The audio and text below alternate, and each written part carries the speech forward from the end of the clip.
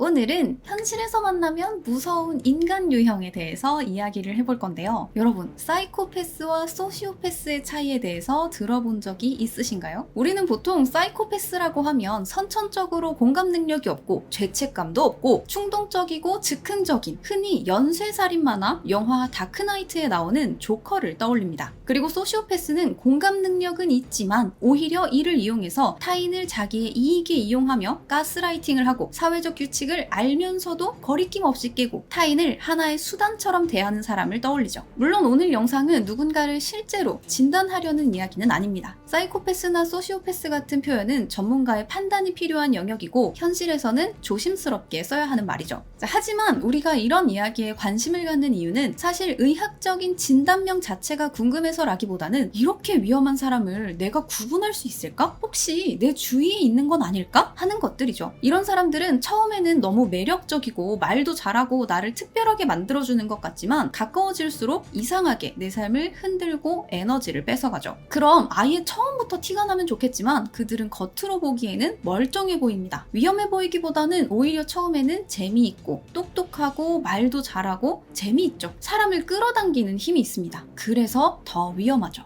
그런데 북유럽 신화에는 바로 이런 위험한 매력을 가진 인물이 있습니다. 처음엔 재미있고 똑똑하고 심지어 필요해 보이기도 하지만 가까이 둘수록 주변 사람들의 삶을 흔들어 놓는 인물. 마블을 통해서도 우리에게 익숙한 이름이죠. 바로 로키입니다. 로키는 북유럽 신화에서 굉장히 이상한 인물입니다. 마블의 로키를 떠올려보면 장난기도 많고 매력적이고 뭔가 어디 미워하기 어려운 빌런 같은 이미지가 강하지만 원전 신화 속 로키는 그보다 훨씬 더 불편하고 훨씬 더 위험한 신들의 세계에서 가장 많은 문제를 일으키는 인물이기도 합니다. 하지만 그렇다고 단순히 악당이라고 부르기에는 애매해요. 왜냐하면 로키는 신들을 돕는 순간도 많고 위기를 해결하는 순간도 많고 정말 기발한 방식으로 상황을 뒤집는 능력이 있기 때문입니다. 상황이 꼬였을 때 기가 막히게 빠져나가고 말도 잘하고 분위기도 잘 바꾸죠. 다른 사람들은 생각도 못하는 방법을 생각해내고 모두가 당황하고 있을 때 혼자 웃으면서 해결책을 내놓기도 합니다. 그러니까 로키는 한마디로 문제 해결 능력은 뛰어난데 그 문제의 시작점도 대부분 본인인 사람이에요. 이게 바로 로키의 가장 큰 특징이자 매력입니다. 북유럽 신화에서 로키는 신들에게 꼭 필요한 존재처럼 보일 때가 많아요. 예를 들어서 토르의 망치 절도 사건이 있는데 모르는 분들을 위해서 짧게 설명하자면 토르의 상징이자 정체성인 망치 묠니르를 거인이 훔쳐간 뒤 망치를 돌려받고 싶으면 미의 여신 프레이야를 신부로 달라고 요구합니다. 이를 들은 프레이야는 당연히 분노했고 그 분노에 쫄아버린 신들은 상상도 못한 계획을 세우죠. 바로 토르를 프레이야인 척 꾸며서 거인들의 신부로 보내자라는 계획이었는데 이 말도 안 되는 계획을 실제로 굴러가게 만든 인물이 바로 로키입니다. 토르를 신부처럼 꾸미고 옆에서 시녀인 척 따라가서 쌍남자, 테토, 토르의 행동을 수줍은 신부의 실수로 수습해서 결과적으로 망치를 되찾아 거인들을 박살내게 만듭니다. 또 신들의 성벽 문제가 말도 안 되는 방향으로 흘러갔을 때도 마찬가지죠. 신들의 도시를 보호하기 위해서 성벽을 지어야 했는데 한 거인이 나타나서 내가 완벽한 성벽을 세워줄 테니 태양과 달 그리고 이번에도 역시 여신 프레이야를 달라고 요구합니다. 신들은 보수가 너무 크다며 거절하려고 했는데 로키가 나서서 그러면 공사 기간을 아주 짧게 잡고 그 기간 안에 완공하지 못하면 계약을 무효로 만들어서 최대한 이 거인을 부려먹자라고 제안을 합니다. 그러자 신들과 거인 모두 이에 동의했고 순조롭게 흘러가는 줄 알았는데 거인이 데려온 말 스파딜파리 덕분에 기간 안에 공사가 끝날 위기에 처합니다. 이를 본 신들은 로키에게 책임지라며 비난했죠. 그러자 로키는 암말로 변신해서 순말이었던 스파딜파리를 유혹해서 숲으로 데리고 도망갔고 말이 없어진 거인은 공사를 끝나지 못한 채 계약은 무효가 되었습니다. 이처럼 로키는 신들의 세계에서 골칫거리이자 사고뭉치지만 동시에 없으면 일이 안 돌아가는 천재적인 해결사인 종잡을 수 없는 인물입니다. 오죽하면 토르는 무슨 사건이 생기면 앞뒤 안 따지고 일단 망치를 들고 로키를 찾아 나서요. 그럼 옆에서 물어봐요. 왜? 이거 로키 때문에 벌어진 거야? 로키가 이랬어? 이러면 토르가 이야기합니다. 아니, 여기에서 일어나는 일의 절반 이상은 로키가 로키 때문이야. 일단 로키를 잡아족치면 돼. 라고 말할 정도로 로키는 굉장히 다양한 일에 연관이 되어 있는 인물이에요. 문제가 터졌다 하면 일단 로키를 탓하고 보면 대부분 해결됩니다. 그래서 북유럽 신화를 읽으면 읽을수록 로키가 또 사고 쳤네. 근데 또 해결을 하긴 하네. 믿으면 안 될 것 같은데 그건 말고는 딱히 좋은 방법이 없네. 같은 생각이 들게 되고 바로 이 지점이 로키라는 캐릭터가 오래 살아남아서 영화나 만화 같은 작품으로 재탄생되는 이유일 겁니다. 자, 하지만 이렇게까지 계속 사고를 치다 보면 언젠가는 결국 선을 넘게 되겠죠. 신들의 세계 전체를 파멸로 몰고 갈 뻔한 사건이 하나 터지게 됩니다. 바로 이둔 납치 사건이에요. 이둔은 사과를 관리하고 지키는 여신인데 일반적인 사과가 아니라 무려 불멸의 사과였습니다. 북유럽 신화에서 신들은 우리가 흔히 생각하는 것처럼 태어날 때부터 완벽한 영원 불멸의 존재가 아니라 인간처럼 똑같이 나이를 먹고 늙고 쇠약해집니다. 그런 신들이 젊음과 생명력을 유지할 수 있는 방법은 딱 하나. 먹으면 바로 다시 젊어지는 불멸의 사과를 정기적으로 먹는 것이고 바로 그 사과를 지키고 관리하는 여신이 이둔이에요. 그러니까 이둔은 신들의 세계가 유지되기 위해서 반드시 필요한 존재인 겁니다. 그런데 어느 날 이 이둔이 납치되는 사건이 벌어진 거예요. 사건은 매우 뜬금없지만 오딘과 로키 일행이 여행을 하다가 굶주림에 지쳐 소를 잡아 구우면서 시작됩니다. 소를 잡아서 불을 피웠는데 아무리 불을 세게 피워도 고기가 전혀 익지를 않는 거예요. 그래서 신들이 어리둥절해하고 있을 때 갑자기 커다란 독수리 한 마리가 나타나서 말을 겁니다. 너희가 아무리 불을 피워도 고기는 익지 않을 거야. 그건 내 마법 때문이니까. 하지만 고기의 가장 맛있는 부분을 나눠주면 내가 마법을 풀어줄게. 그러자 배가 고팠던 신들은 이 제안을 받아들였지만 독수리는 고기가 익자마자 통째로 고기를 들고 날라버렸습니다. 이에 분노한 로키가 옆에 있던 창을 들어서 독수리를 찔렀는데 그 순간 창이 독수리의 몸에 붙어버렸고 당황한 로키가 손을 떼려고 했는데 로키의 손까지 그대로 붙어서 독수리와 함께 날아오른 겁니다. 로키는 허공에 매달린 채 바위와 산에 계속 부딪히면서 여기저기 끌려다니게 되었고 로키가 살려달라고 비명을 지르자 독수리는 마침내 본색을 드러냅니다. 이 독수리는 사실 마법으로 변신한 거인 티아치였고 티아치는 로키의 목숨을 담보로 한 가지 조건을 내겁니다. 살고 싶다면 이둔과 그녀의 불멸의 사과를 내게 넘겨라. 자, 그럼 여기서 한번 생각해볼 필요가 있습니다. 여러분이라면 어떻게 하시겠습니까? 내 목숨이 위험한 상황입니다. 그런데 살아남기 위한 조건은 다른 사람을 팔아 넘기는 겁니다. 그것도 그냥 아무나가 아니라 공동체 전체의 생명력과 젊음을 책임지는 사람을 넘겨야 합니다. 그 사람을 넘기는 순간 신들의 세계 전체가 위험해질 수도 있죠. 자, 그러면 보통 사람들은 좀 고민을 하겠죠? 그런데 로키는 결국 그 조건을 받아들입니다. 자기 목숨이 걸린 상황이 되자 신들의 세계를 유지하는 이둔을 희생시키는 선택을 한 거예요. 그리고 아스가르드로 돌아와서 이둔을 납치하는데 과연 로키는 이둔을 어떻게 납치했을까요? 힘을 써서 강제로 함정을 파서? 아닙니다. 아주 다정하게 접근해서 이둔을 속입니다. 이둔, 내가 요즘 50견도 오는 것 같고 관절염도 좀 있는 것 같고 봐봐 흰머리도 좀 나는 것 같아. 나 요즘 삭신이 쑤시는 것 같은데 불멸의 사과 하나만 줄래? 라고 자연스럽게 말을 걸고는 불멸의 사과를 먹고 요즘 사과 맛이 전 같지 않네. 얼마 전에 내가 요 앞에 숲에서 진짜 맛있는 사과를 먹었는데 이 사과보다 훨씬 더 예쁘고 훨씬 더 맛있고 엄청 탐스러운 사과였어.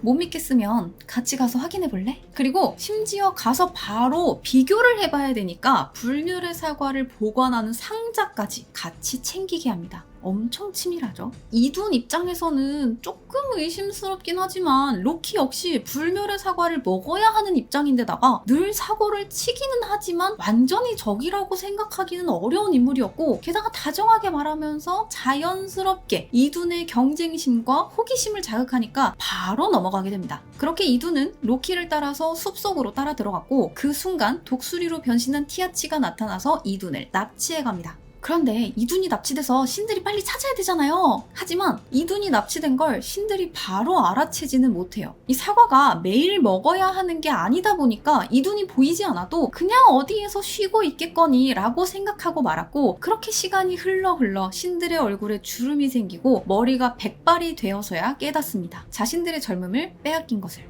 하지만 모든 신들이 늙었는데 이둔을 넘기기 전에 마지막으로 사과를 먹어서 혼자만 늙지 않았던 로키를 수상하게 여긴 신들이 그를 잡아다 물어보니까 로키는 이렇게 대답해요. 아, 내가 원래 동안이야. 같은 변명을 했고 여론에 따라 토르와 함께 진실의 방으로 들어갈 뻔했는데 놀란 로키가 자신이 다시 이둔을 데려오겠다면서 매로 변신해서 다시 이둔을 데려오는데 성공했고 또다시 완벽하게 혼자 일을 벌이고 혼자 일을 수습하고 북치고 장구치고 끝나게 됩니다. 자, 이 사건에서 로키는 자기의 목숨을 구하기 위해서 신들의 생명력을 책임지는 존재를 팔아넘기죠. 이건 단순한 장난이나 상황을 모면하려는 재치가 아니라 내가 살기 위해서는 신들의 세계가 무너져도 상관없어 라는 선택이었던 겁니다. 문제는 이게 신화의 이야기일 때는 결국 해피엔딩으로 끝날 하나의 에피소드지만 이 사건을 그대로 현실에 대입해보면 무서운 이야기가 됩니다. 로키형 인간은 자기 문제를 해결하기 위해서 가까운 사람의 감정과 시간과 에너지를 가져다 쓰는 것에 거리낌이 없죠. 때로는 타인의 평판과 인간관계를 이용하고 심지어는 자기의 이익을 위해서 타인에게 혹은 사회에 악영향을 미치는 것도 크게 신경 쓰지 않습니다. 그래서 로키형 인간은 결국 내 불멸의 사과를 가져가는 존재죠. 그들은 처음부터 너를 이용할 거야 라고 말을 하지 않습니다. 오히려 나를 이해해주는 사람은 너밖에 없어. 근데 우리 사이에 이것도 못해줘? 라고 말을 하는데 이런 말들은 처음에는 평범한 도움 요청처럼 들릴 수 있어요. 하지만 반복되면 결국 착취가 됩니다. 그리고 어느 순간 그 관계의 중심은 나와 그 사람이 아니라 그 사람에게로만 옮겨가게 되고 나는 마치 사과를 뺏기고 늙어버린 신들처럼 정신력과 에너지만 소모하게 되는 겁니다. 하지만 더 화가 나는 건 그 다음 행동이에요. 자기가 벌인 일이 들통나거나 책임을 물으려고 하면 회피해버립니다. 예전 북유럽 신화 콘텐츠에서도 한번 다룬 적이 있는 유명한 사건이 있는데 로키의 잘못이 탄로나고 신들이 책임을 묻기 위해서 찾아다니니까 로키가 연어로 변신해서 물속 깊이 숨어버립니다. 예전에는 그저 재미있는 이야기로만 넘겼던 이 연어 변신 장면이 오늘 맥락으로 보면 소름 끼치는 현실로 바뀌어요. 이 행동을 지금으로 말하면 뭐다? 바로 일십과 잠수입니다. 문제가 생기면 대화로 풀 생각은 없고 불리해지면 연락 끊고 잠수 타거나 갑자기 피해자처럼 굴면서 빠져나가는 겁니다. 자, 그럼 이제 남겨진 사람은 내가 너무 예민했나?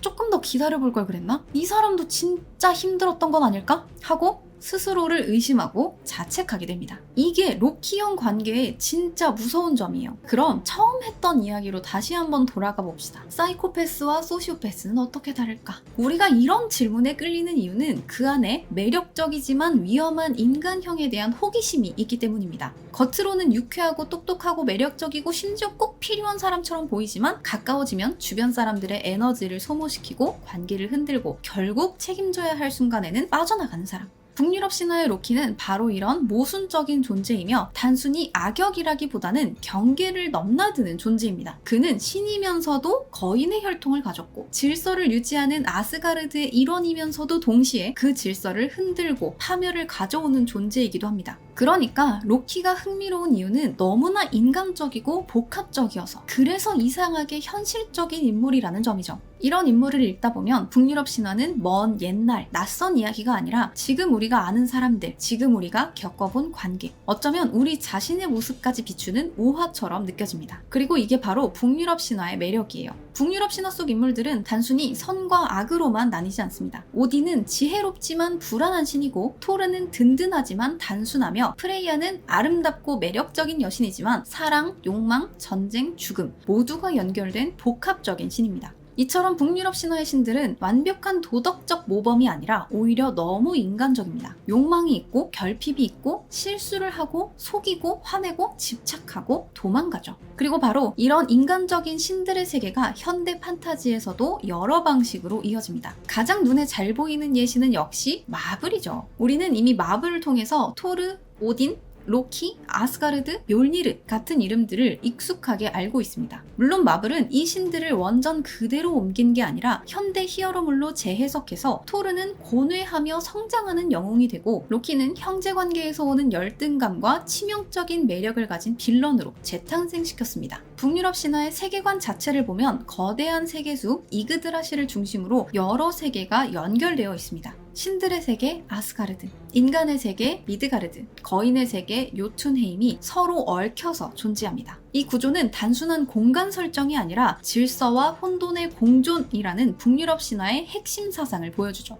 이런 다중세계 개념은 마블의 아스가르드 설정으로 직접 이어집니다. 그러니까 마블 속 북유럽 신화는 신들의 이름과 캐릭터 관계 그리고 세계관 자체를 현대적으로 재가공한 사례라고 볼 수 있습니다. 반면 반지의 제왕은 북유럽 신화를 언어학적, 전설적 방식으로 가져왔어요. 톨킨은 고대 노르드어와 게르만 신화를 연구한 학자였으며 작품에 토르나 로키가 직접 나오진 않지만 엘프와 드워프, 장인으로서의 난쟁이, 이름을 가진 검과 보물, 용과 저주, 그리고 피할 수 없는 운명 앞에서도 끝까지 걸어가는 영웅들의 정서가 남아있습니다. 세계의 종말인 라그나로크의 개념은 반지의 제왕의 최후의 전쟁과 유사한 분위기를 형성하죠. 절대적인 승리가 아니라 거대한 희생 끝에 간신히 이어지는 세계의 재건이라는 점에서 두 세계관은 공통된 정서를 공유합니다. 특히 로키라는 존재를 중심으로 보면 차이가 더 명확해집니다. 북유럽 신화 속 로키는 혼돈과 변화를 상징하며 결국 라그나로크를 촉발하는 인물입니다. 그러나 마블은 종말을 불러오는 파괴자가 아니라 결핍과 인정 욕구를 가진 인물로 재해석했죠. 반면 반지의 제왕에서는 로키와 정확하게 대응되는 단일 캐릭터는 없지만 권력에 의해 타락하고 세계 질서를 흔드는 존재라는 점에서 사우론이나 반지의 유혹이 로키적 속성을 일부 계승했다고 볼 수 있습니다. 쉽게 말해서 북유럽 신화의 그 정제되지 않은 날것의 혼돈을 가지고 마블은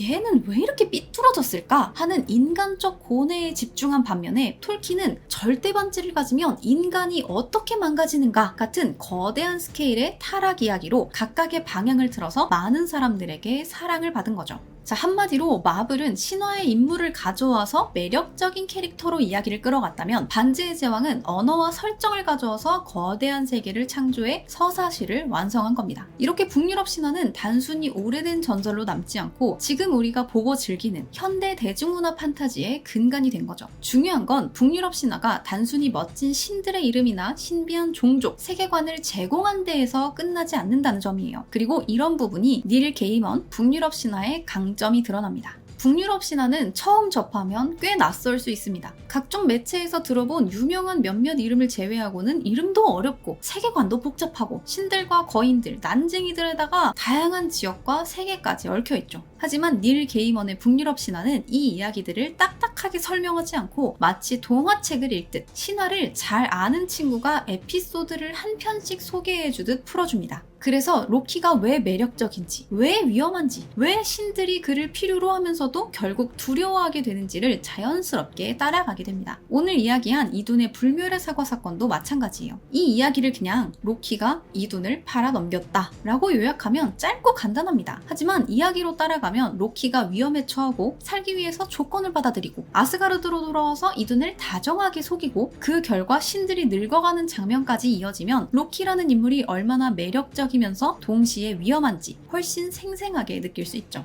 자, 그럼 오늘은 로키를 통해서 매력적이지만 위험한 인간형을 북유럽 신화 안에서 살펴봤습니다. 재미있지만 얄밉고 빌런 같지만 없어서는 안 되고 문제를 만들지만 결국 그 문제를 해결하는 로키를 미워할 수만은 없는 이유는 북유럽 신화 속 인물들이 그만큼 복합적이고 인간적이기 때문이겠죠. 자, 오늘은 로키를 중심으로 이야기했지만 닐 게이먼의 북유럽 신화를 읽다 보면 다른 신들도 이렇게 읽어볼 수 있을 것 같아요. 오딘은 어떤 인간 유형일까? 과연 현명하기만 한 최고신일까? 프레이야는 왜 단순히 사랑의 여신으로만 볼 수 없을까? 토르가 내 부하 직원이었다면 어땠을까? 처럼요. 오늘 다룬 로키처럼 오딘, 토르, 프레이야는 우리 주변의 어떤 모습으로 살아가고 있고 직접 대입하면서 읽어보면 낯선 옛날 이야기였던 북유럽 신화가 조금 새롭게 보일 수 있을 것 같아요. 판타지 세계관을 좋아하는 분들이라면 북유럽 신화의 다양한 판본 가운데 가장 쉽고 재미있고 매혹적인 작품으로 평가한 마블 앤 DC 코믹스 번역가 이규원과 작가 허지웅의 추천처럼 북유럽 신화는 누구나 부담 없이 빠져들 수 있는 최고의 입문서가 되어줄 겁니다. 자, 그리고 이미 많은 분들에게 사랑을 받아왔던 이 닐 게이먼의 북유럽 신화가 이번에 이렇게 표지가 리뉴얼돼서 나왔습니다. 예전에도 제가 북유럽 신화 콘텐츠를 할 때 많이 참고했던 책인데 이렇게 협업으로 같이 만나게 돼서 너무 반가웠습니다. 아무튼 그래서 오늘 이야기는 여기까지.